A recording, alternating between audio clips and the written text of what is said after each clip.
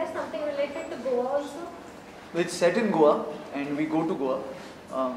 So yeah, काफ़ी related है गोवा से.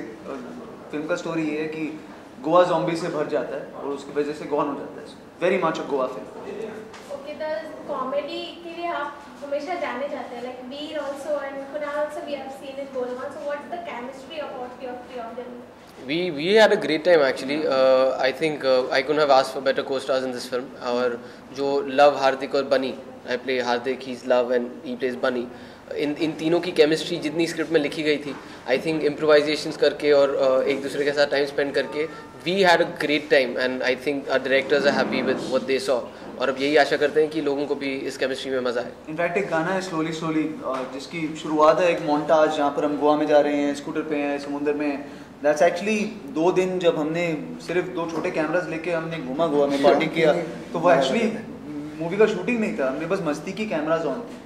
So that's the kind of vibe it was. Poster की बात करें तो पोस्टर में क्या है?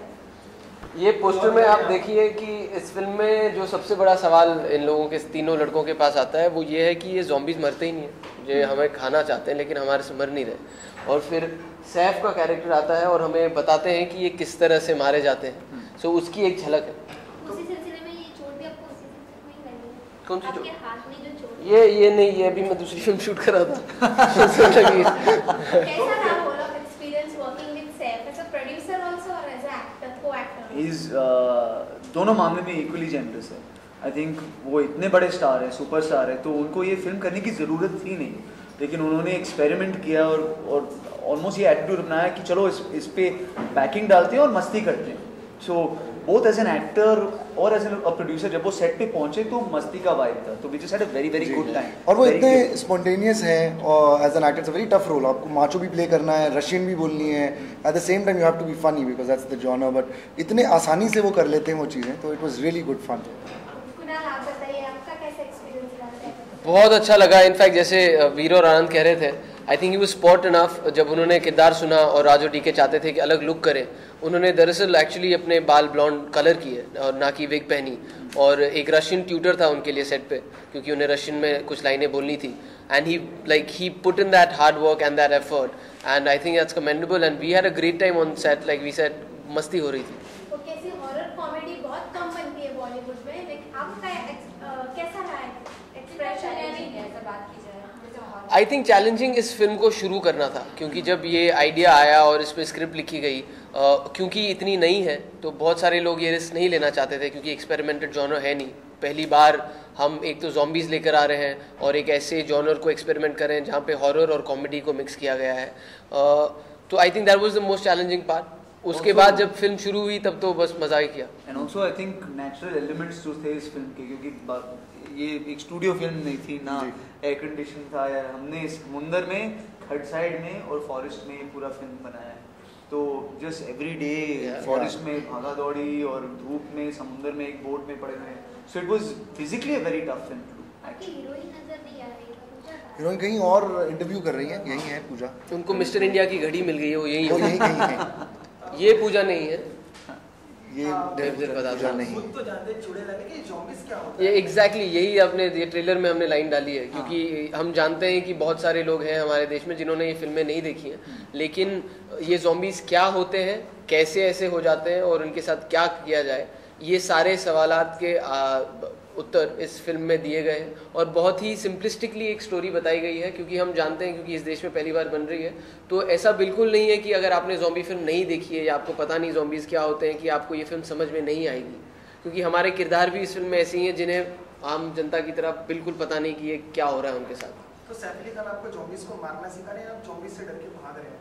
जी, दोनों हो रहा है. दोनों वो हमें बचा भी रहे हैं और हम ज़ॉम्बी से डर के भाग भी रहे हैं, सैफ के पीछे छिप भी रहे हैं, जैसे आपको दिखता है. तो ये पूरा फिल्म, लोग बोलते हैं ना कि फिल्म हटके है, ये फिल्म हटके नहीं है. ये फिल्म पूरा गलत और ऑफ और उल्टा और थोड़ा कंफ्यूजिंग है. And that's the USP of this film. Real life में कोई ज़ॉम्बीज़ से मुकाबला हुआ है आप लोगों का? नहीं, और यही आशा करेंगे कि कभी चुड़ैल मिले मुझे लेकिन ज़ॉम्बीज़ कभी नहीं. तो फिल्म की म्यूजिक की बात करें तो म्यूजिक कैसा है, कुणाल आप बताएं. बहुत ही इंटरेस्टिंग साउंड ट्रैक है. सचिन जिगर ने इस फिल्म का म्यूज़िक किया है और मुझे सभी गाने बहुत पसंद हैं, क्योंकि जिस तरह की ये नई फिल्म है उसी तरह से उन्होंने एक नए साउंड के साथ एक्सपेरिमेंट किया है। लिरिकली भी फिल्म की थीम को ध्यान में रखकर थोड़ी फ़नी और ज़ॉम्बीज़ को ध्यान में रखते हुए लिरिक्स कुछ डाले गए हैं। इसीलिए अगर आप देखेंगे जो पहला गाना है उसका नाम है स्लोली स्लोली, और सारे ज़ॉम्बी स्लोली स्लोली चलते हैं। एक और गाना है मंडे सॉन्ग, जिसका नाम एक्चुअली खून चूस ले है, क्योंकि ज़ॉम्बीज़ खून चूसते हैं। और एक और गाना है बाबा जी की बूटी, क्योंकि ये लोग दवाइयाँ काफ़ी लेते हैं। दवाइयाँ। आपका बैंड भी लॉन्च हो रहा है, तो एक गाना तो मुझे नहीं, मेरा बैंड मतलब वो एक दूसरी कहानी है, लेकिन ये म्यूजिक सचिन जिगर ने दिया है इस फिल्म का। एक गाना गुनगुना है।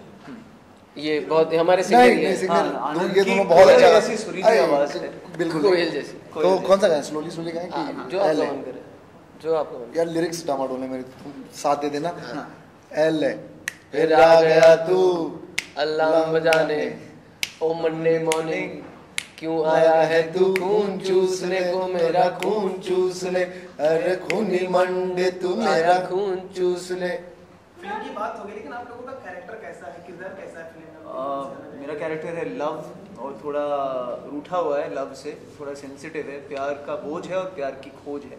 तो इन दोनों चीज़ों को लेकर वो गोवा जाता है, उसको प्यार नहीं मिलता, लड़की नहीं मिलती, 500 लड़कियां मिलती हैं लेकिन मुर्दे लड़की हैं, तो ये थोड़ा प्रॉब्लम हो जाता है उसकी वजह से। लेकिन थोड़ा ढीला सा, सेंसिटिव सा, मेलो कैरेक्टर। मेरे किरदार का नाम है बनी, और बनी एक करियर ओरिएंटेड लड़का है जो गोवा किसी काम के सिलसिले में जाता है, पर इन दोनों को भी ले जाता है साथ, और इनकी वजह से जिस जगह पे पहुंचता है वहाँ पे बहुत सारे ज़ॉम्बीज़ मिल जाते हैं।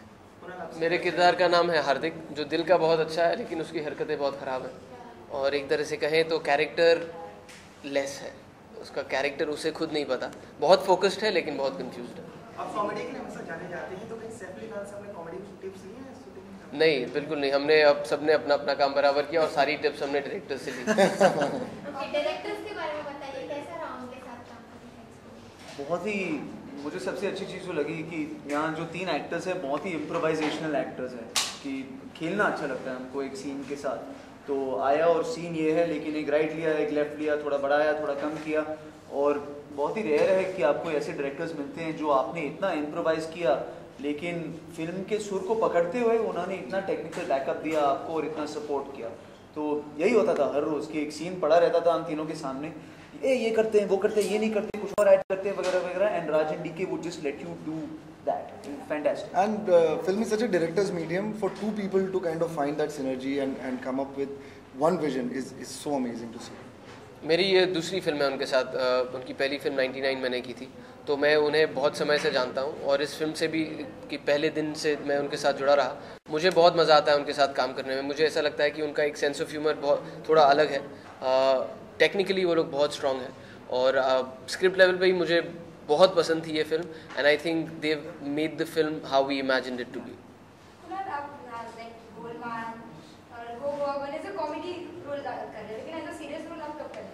अभी मेरी लास्ट फिल्म ब्लड मनी तो कॉमेडी नहीं थी, और अगली फिल्म भी कॉमेडी नहीं है।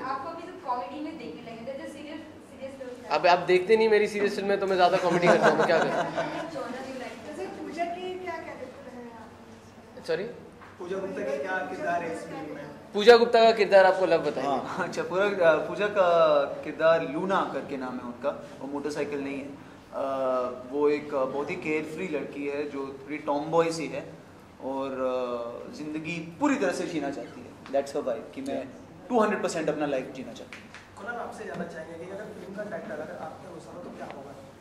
गो गोवा गॉन, मुझे बहुत पसंद है ये टाइटल, और ये टाइटल जब आया सबसे पहले मैंने सुना था, मुझे पहले दिन से पसंद है, तो मैं नहीं चाहता था कि इस फिल्म का और कोई टाइटल हो। आनंद, आप क्या कहेंगे? Yeah, I think it's a very, very apt title. It's very catchy. Everybody is talking about it because it's such a catchy title. I think Go Goa Gone is wonderful. I think sequel should be Go New York Gone. फिर थोड़ा Go Sydney Gone, थोड़ा travelling Las हो Vegas. जाएगा। Las Vegas, Go Las Vegas Gone, वो भी होना चाहिए। Public का रिस्पांस कैसे मिल रहा है आपको इस फिल्म का? आई थिंक बहुत अच्छा रिस्पांस मिल रहा है। जो यूट्यूब पे हमको 2.3 मिलियन हिट्स मिले हमारे ट्रेलर को, और वो भी एक ऐसे समय में जहाँ ऑडियंस बहुत ही श्योर होता है कि हम मुझको ये देखना है, नहीं देखना है। एक ट्रेलर से ही ऑडियंस डिसाइड कर लेती है कि we will embrace this film, we will not. तो सब लोग, कई लोगों को समझ में आ रहा है, कई लोगों को समझ में नहीं आ रहा है, लेकिन दोनों लोग खुश है प्रोमो के साथ, and I like that. Indian cinema में देखा जाता है कि जो हॉरर मूवी रहते हैं फ्लॉप ही जाती है। नहीं, क्या बात नहीं कर रहे यार, हैं आप एकदम गलत पिछली समझ 3 रहे हैं। हॉरर बताइए जो फ्लॉप थी। ऐसे बहुत सारी मूवी बताइए, बहुत सारी 3। आत्मा है वो फ्लॉप गई थी। आत्मा फ्लॉप नहीं थी, एवरेज थी। राज कौन सी 3G हॉरर नहीं थी, तो ऐसे फनी आपने देखी ही नहीं है आप ऐसे बोल रहे हो। राज 1 राज 3 हो गई। It's not a horror, it's comedy. It's a horror and comedy, but मैं कह रहा हूँ कि हॉरर एक ऐसा जॉनर है जो सालों से यहाँ पे देखा जाता है, लोग बहुत पसंद करते हैं, इसलिए इतनी हॉरर हमारे यहाँ बनती हैं। और कॉमेडी दूसरा ऐसा जॉनर है, और हमने कोशिश की है कि इन दोनों जॉनर्स को जोड़कर एक फिल्म बनाए। जैसे कि आईपीएल भी चल रहा है, आपको क्या लगता है इसका क्या? फिल्म के कुछ आईपीएल मुझे पता नहीं, 10 मई को आईपीएल। हाँ हाँ चल रहा होगा, पर मुझे नहीं आईपीएल में लगता कोई- zombies नहीं है। नहीं आईपीएल में क्रिकेटर है। कई प्लेयर्स थोड़ा धीरे धीरे खेलते हैं, लेकिन zombies नहीं है, तो बच जाएंगे सब आईपीएल के, जिंदा रह जाएंगे। क्योंकि ज़्यादातर पब्लिक बढ़ जाती है फिल्मों और आईपीएल के। You know, देखिए, अगर पिछले 3-4 सालों में भी अगर आप देखें, आईपीएल के दौरान भी कुछ ऐसी फिल्में रिलीज हुई थी जो बहुत बड़ी हिट हुई। तो मुझे ऐसा लगता है कि हम एक ऐसे देश में रहते हैं जहाँ पे क्रिकेट और सिनेमा ये 2 सबसे बड़े रिलीजन हैं। और हाँ, जब आईपीएल की शुरुआत होती है उस वक्त ज़्यादा ध्यान उस तरफ रहता है, बट आईपीएल में रात को 2 गेम्स होती हैं और फिल्म के शो 12 बजे शुरू होते हैं। So I think it doesn't effect it in a very big way. And I think इतने मीडियम्स हैं आज टू कंज्यूम कंटेंट टुडे, इतने मीडियम्स है, आप वेब कंटेंट है, डिजिटल कंटेंट है, टीवी पे देख सकते हैं, you can YouTube your this thing, you can watch IPL matches live, you can record them, there is enough time to watch IPL and a movie at the same time, there is enough time. Last question, आपका सबसे favourite horror movie कौन सा है? मेरा सबसे favourite horror movie original 20 साल बाद, आपको शायद याद नहीं रहेगा। Hindi no no no no, वो रीमेक था, ओरिजिनल 20 साल बाद जो ब्लैक एंड व्हाइट में बनाई गई। कौन था? हाँ इतना सही था उसमें, लेकिन आपका फेवरेट मूवी हॉरर? अभी इन्हें 20 साल बाद का तो मुझे भी बहुत पसंद थी। फेवरेट ज़ॉम्बी मूवी एक्चुअली यहाँ पे तो बनी नहीं है, हालांकि रामसे ब्रदर्स ने काफ़ी सारी फिल्मों में दिखाए थे ज़ॉम्बीज़, बट वो ज़ॉम्बी सेंट्रिक नहीं थी।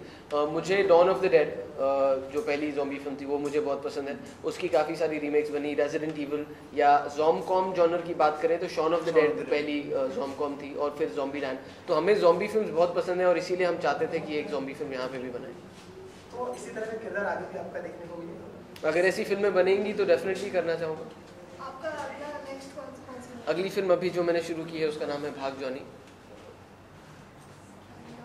माइन अभी तिग्मांशु धूलिया की फिल्म कर रहा हूँ, रिवॉल्वर रानी, कंगना में उसमें है, और इसके बाद 5 रिलीजेस होंगी, हर 2-3 महीने एक रिलीज आएगी। मैं डिशकियाओं नाम की एक फिल्म कर रहा हूँ, राज कुंद्रा और शिल्पा शेट्टी से प्रोड्यूस कर रहे हैं।